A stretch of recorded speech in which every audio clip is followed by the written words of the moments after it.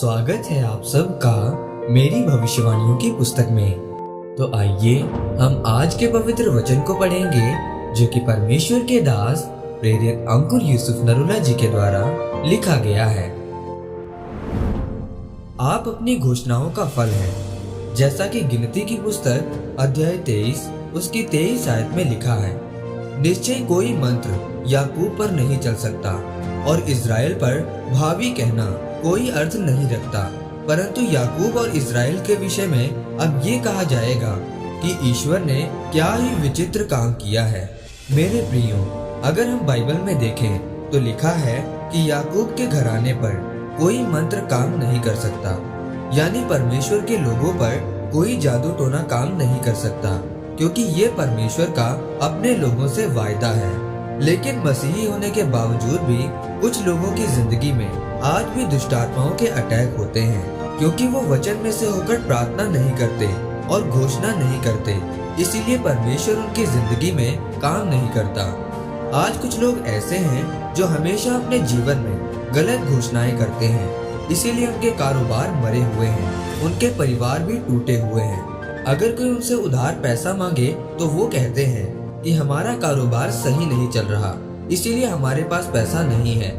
आज कई लोग ये सोचते हैं कि मेरी शादी नहीं हो रही क्योंकि मेरे पड़ोसी ने जादू टोना कर दिया है।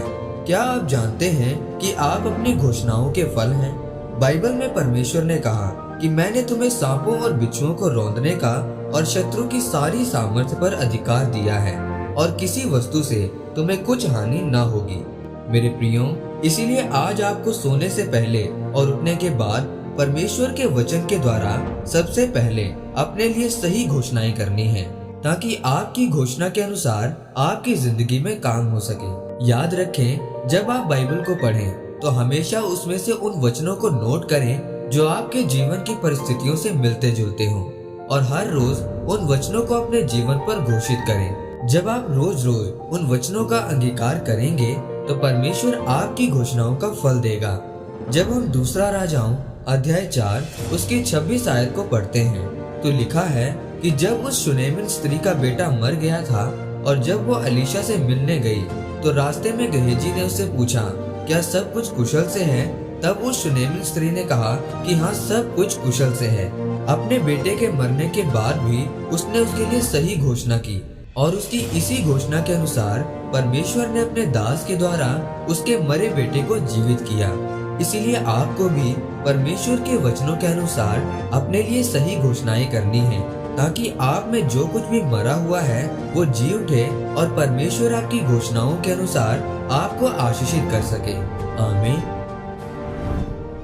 आइए इस अंगीकार को आप मेरे साथ एक मन होकर करें। सर्वशक्तिमान परमेश्वर, मैं इस वचन के लिए आपका धन्यवाद करता हूँ और अंगीकार करता हूँ कि मैं अपनी जिंदगी में हमेशा सही घोषणा करूँगा, ताकि मैं अपनी जिंदगी में बड़े फलों को ले सकूँ। प्रभु यीशु मसीह के नाम में आमीन। परमेश्वर आप सबको आज के वचन के ऊपर मनन करने के द्वारा आशीषित करे। आमीन।